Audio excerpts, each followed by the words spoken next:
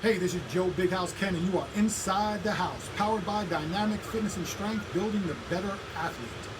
In this week's episode, with the upcoming NHSSCA, the National High School Strength Conditioning Association's virtual national conference coming your way starting Monday, I felt it was a good time to pull out some of the archives of my keynote presentation to the association at last year's national event. I've taken out two parts of the presentation. The first being the why, what, how, and when, and some of my golden nuggets of strength and conditioning. Here we go.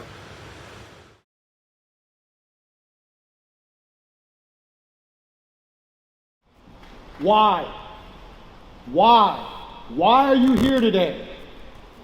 Why have you invested your time, your effort, and your finances to be here in the middle of the summer? I'm not asking you what's your why. I'm asking you, why are you here today? Which leads to what? What are you trying to accomplish? What is your goal of coming here today? And what are you trying to accomplish and take with you when you leave here tomorrow night? Then is, how are you going to apply what you have learned in these 2 days? But the most important is when to apply what you learn. Because we're all in different environments. We're all in different levels of schools. But my biggest question is, why would you invest time away from your family, away from your friends? Some of you may not have summer programs, you're on summer break. I left the beach. I was getting a suntan about the same exact time yesterday, and now I'm here. I'll tell you why I'm here, because I owe it to you to be here. I owe you. I owe this organization, because when I started, I didn't have this, and I didn't know anything about being a coach. Not one thing. That's why I'm here. I'm here to tell you out loud that every one of you in this room is important. It has nothing to do with the level you coach. Coaching is coaching. I've coached 10-year-olds in the private sector to all pros. I coach some of the best athletes in the game of professional football. And if you go through the NFL's top 100, you can see I'm not really lying to you. I may coach the best defensive player in the NFL, but I've coached 10-year-olds just 10 years ago. I got an NFL job coaching 10-year-olds. 10-year-olds made me a better coach. When I coached high school, I didn't know what I was doing. I didn't even know if I could coach. Has anybody been in that position, right? You go through your whole college career, going to school, I want to be a coach. I want to be a coach. Got no clue how to coach. So I'm here to tell you, you matter. And I'm also here to tell you is never say, because I get tired of it at the college level, well, I'm just a Division III coach. Well, I'm just a high school coach. No, you're not. You're a coach. And because of you people being here today, I have admiration for all of you, because you're making my job and the college strength coach jobs better. When I was at Arizona State, you know what I used to tell recruits? I wish you didn't lift weights in high school, because I got to fix everything everybody screwed up. That was 10 years ago. I wasn't the only strength coach saying. There's guys in this room today that were at college saying the same thing I was saying. Now, when you see 300 and something coaches out here, that paradigm shift has changed. One, the investment of a lot of schools has changed. But your investment in learning how to be a coach and your investment in giving back to the athlete makes my job easier. Because there's going to be somebody in this room that's going to coach somebody who's going to the NFL. And that guy will be more prepared than somebody who's not in this room today getting coached by that person. That's why I'm here, to make sure if anything else I say in the next 40 minutes doesn't resonate, is you are a coach. And you are the most important coach when it comes to being a strength and conditioning coach that we have in the United States. We are a backwards country. We want A. We want everybody to be A. I got to be the best baseball player. I got to be the best football player. I got to be this. I got to pay for this coach to do me this. I got to pay for this coach to teach me this. But we have no fundamentals. Kid can throw 90 miles an hour, can't skip or do a push-up. Kid can hit a golf ball 300 yards, can't run, can't even do a body weight squat, but he can hit that golf ball 300 yards. And then we want to know why, when they're such prodigies, they're all beat up. Because they have no physical preparation and background of basic movement fundamentals. That's where you guys come in. That's where we can change what's going on. That's where you have to, whoa, almost fell off. That would have been funny, right? Because I have no skills. I would have went down hard. That is the biggest thing that you have to understand being a strength and conditioning coach. Don't get it twisted. You are not a sport coach. Do not try to be. Because if I talk to every one of you, I know one of your number one problems is the sport coach thinks he knows how to be a weight coach. It happens at every level. They all know how to be weight coaches, but watch if you try to be a sport-specific coach. Well, you don't know what you're talking about. Oh, and you know anything about the weight room. Open your eyes. We have to be that person. We have to be the reason why these kids are successful. So ask yourself at the end of the weekend, why did you come? What did you hope to get accomplished? How are you going to apply what you learned? And when are you going to get it done? How does it work in your levels of success?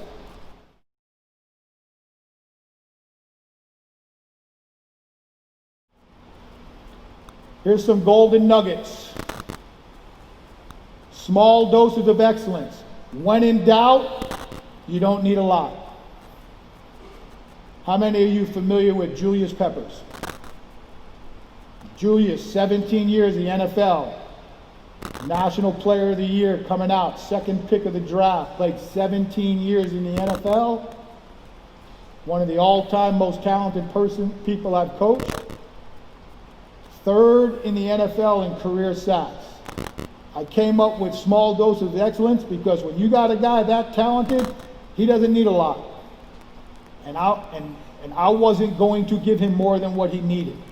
I had a conversation with Coach Cash earlier today. You may coach one of those guys at the high school level. They don't know anything about the weight room, but they're the best player you got. But you got to find a way to get him involved in your program. And guess what? He may not train the way everybody else does. And you got to be okay with that. Because you need him in your program working hard. It doesn't matter how he works. His teammates need to see him working hard. They do not need to see him or her skipping a workout because they're not into it. You have to make them into it. And that's a hard process. I coached a guy who's going to be in the Hall of Fame at Utah that never lifted weights. And I learned a lot from that guy by never lifting weights. But guess what he was? The hardest practice player I ever coached in 19 years of college. You learn and you find ways to make it work. I wasn't with him long enough to figure it out. But when I was at Arizona State, I worked with one of the all-time greats, Terrell Suggs. Wasn't a weight room guy. I had to figure out how to get him to be at least wanting to do the work. That's coaching. And when it's all said and done, just enough dose of excellence will get them better. Do simple better. Again, we've already touched on it. You do not have to be elaborate to be a great coach. Why chase being elaborate when some of you, and I'm not trying to degrade anyone, do not have the skill set yet to be elaborate? You're just so worried what somebody else is doing that you're not, so you jump on this gravy train that you are not prepared to do. Your athletes will see through that. Do simple better. KISS is not keep it simple, stupid. It's keep it safe and simple. Do not chase numbers for for the art of chasing numbers. Your athletes are not prepared to do 1-rep maxes in the 8th and 9th, 10th grade. They probably might not be in the 11th or 12th, depending on how they have worked in your program from a long-term athletic development system. Keep it safe and simple. And I'll piggyback down because my man Carlo told me this about 6 years ago. Safe doesn't take a day off. So you can't stop coaching. Every rep, every set has to be coached, particularly at your level. Safe does not take a day off. Be effective and efficient. See the theme? Base fundamentals. Base fundamentals. Dan John said it best. Base fundamentals. Talk less, listen more, even at the high school level. The emotional quotient of athletes at every level in this era is way different than it was when I grew up. The days of coach said run through the wall are over. There's too much out there at every age bracket for them to question. So you have to be on your A game. If you do not know something, it's okay to tell any athlete or any parent, you don't know that, but I'll find the answer. You have to have go-to guys, go-to women. You have to have your go-to crew that knows more than you do on a specific subject matter if you don't have the answer. Because if you make it up and get caught, it's over. You're a fraud. I know what I know. That's why I only talk about what I know.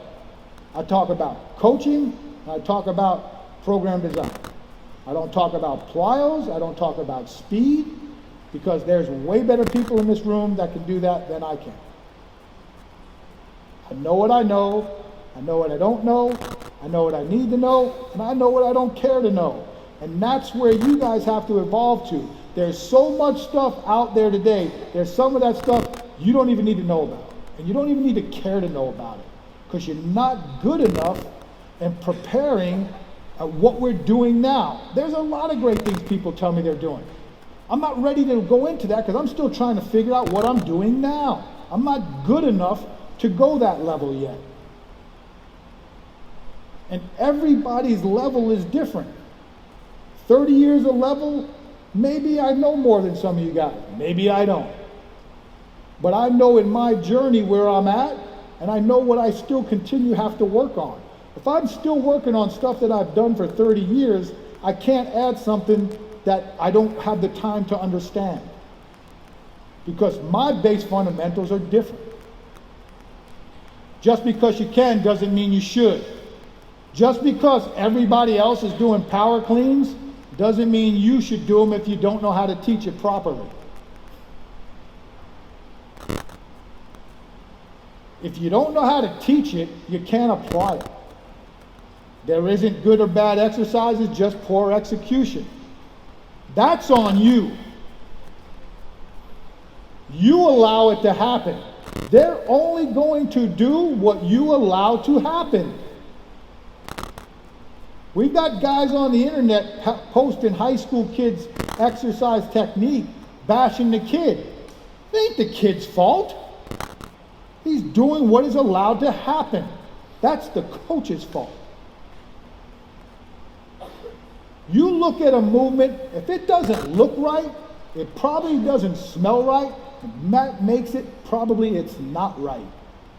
And when you look at poor movement mechanics, it shouldn't be easy to determine, does anything in that movement have a transferable trait to anything that relates to the athletic capabilities that they will do in their sport. Any catch of a power clean outside the squat stance probably has no transferable trait regardless of how heavy that lift is. But yet, we're going to do it because we got to have a certain amount of 300-pound power cleaners on our team. But yet that kid who's power cleans 300 with terrible technique is the same kid who is slow and unexplosive when it comes to movement. And the coach is like, well, he power cleans 300. How come he doesn't run fast? How come he doesn't jump faster? Because that ain't really a power clean. That's a number on a board. There's no need for record boards. There's only one record that matters. How many wins and losses do you have at the end of the year? I've never seen a strength coach keep his job because they had 10,400 pound benchers, but they went 0-11 for 5 years. I've seen a lot of strength coaches keep their jobs who had no 400 pound benchers, but go to bowl games every year. Figure it out. I've been in draft meetings and I've been in recruiting meetings. We've never given a scholarship based off of kids' weight room numbers. Ever.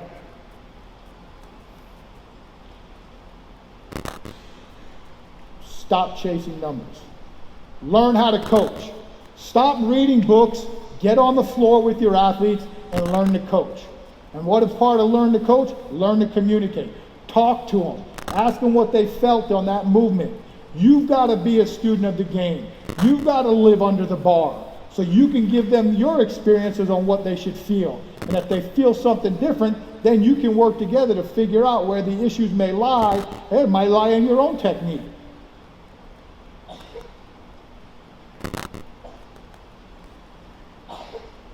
You have to be aware of this stuff. That's coaching. Everybody thinks coaching is X's and O's. Coaching is the evaluation process of everything. Coaching to me is evaluating how well this university or academy, what do we call this, Fred, a university? I'll call it a university. See, Fred's not even listening to me. He's heard me ramble on for so many years, he's not even here. I spoke at Furman University numerous years ago at a hammer strength clinic, and the first thing I noticed was the gym floor was spotless. I started out the speech commending the custodial staff with how spotless the place was. Everything matters. Everything. Motivate, educate, communicate. When I'm talking about motivating, I'm not talking about that crazy, off-kilter, rah-rah stuff. Some of that stuff is fake. Do not bring fake juice to the game.